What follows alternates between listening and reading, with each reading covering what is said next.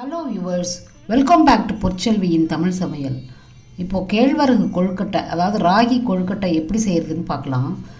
கேழ்வரகுல நிறையா கால்சியம் சத்து இருக்குது. இது குழந்தைகள் முதல் பெரியவர் வரை எல்லாருக்குமே நல்ல ஊட்டமான ஒரு தானியம்தான் இது. இதில் நம்ம செய்கிறதுக்கு ஒரு 2 கப்பு கேழ்வரகு மாவு எடுத்துக்கலாம். ஒரு அரை கப்பு அரிசி மாவு போட்டுக்கலாம். கொஞ்சம் சால்ட்டு போட்டுக்கலாம். ஒரு 2 ஸ்பூன் நெய் போட்டுக்கலாம். கொஞ்சமாக ஏலக்காய் பொடி போட்டுக்கலாம்.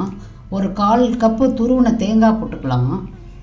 இப்போ அடுத்தது ஒரு வாணலியில் 1 கப்பு தண்ணி விட்டுட்டு ஒரு 2 கப்பு துருவின வெல்லத்தை, அதாவது பொடியாக இடித்த வெல்லத்தை இதில் போட்டுக்கலாம். போட்டுட்டு நல்லா அடுப்பை பற்ற வச்சு நல்லா நுர வர்ற வரைக்கும், அதாவது நல்லா கரைஞ்சிடணும். அது நம்ம இது எதுக்காக செய்கிறோம்னா, வெல்லத்தில் சில நேரம் கல் இருக்கும்.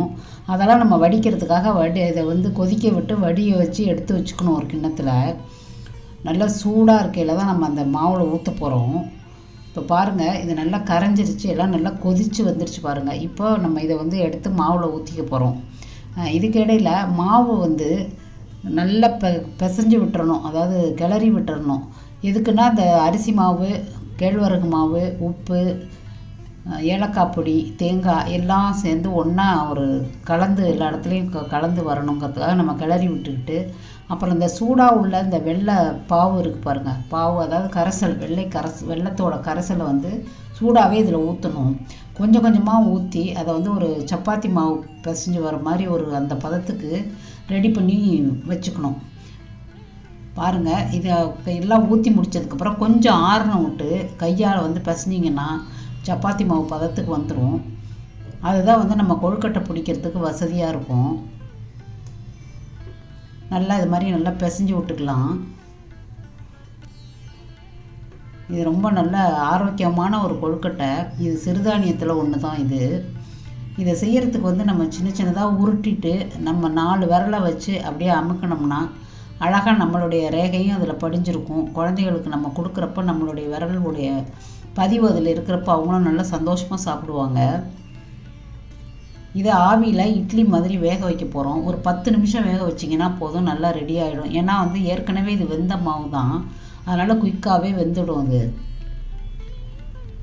இட்லி பானையில் வச்சு ஆவியில் வேக வச்சு எடுத்துக்கலாம். இப்போது நமக்கு ஒரு நல்ல டேஸ்டான ஆரோக்கியமான ஒரு கொழுக்கட்டை, இனிப்பு கொழுக்கட்டை நமக்கு ரெடி ஆகிடுது. குழந்தைங்க நிச்சயமாக இதை விரும்பி சாப்பிடுவாங்க. இது அவங்களுடைய ஆரோக்கியத்துக்கு ரொம்ப நல்லது. இது அவங்களுக்கு மட்டும் இல்லை, மற்ற குடும்பத்தில் உள்ள அனைவருக்குமே ஆரோக்கியத்திற்கு இந்த கொழுக்கட்டை ரொம்ப நல்லது.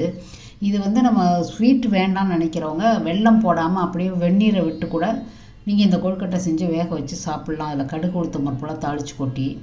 இந்த வீடியோ உங்களுக்கு உபயோகமாக இருக்கும்னு நினைக்கிறேன். பிடிச்சிருந்தால் லைக் பண்ணுங்கள், கமெண்ட் பண்ணுங்கள், ஷேர் பண்ணுங்கள், மறக்காமல் சப்ஸ்கிரைப் பண்ணுங்கள். இந்த மாதிரி ஒரு சாஃப்டான ஒரு கொழுக்கட்டையை மறக்காமல் செஞ்சு பார்த்துட்டு சாப்பிட்டுட்டு கமெண்ட்டை கமெண்ட் பாக்ஸில் போடுங்க. தேங்க்யூ ஃபார் வாட்சிங். மீண்டும் ஒரு பதிவில் சந்திப்போம். வணக்கம்.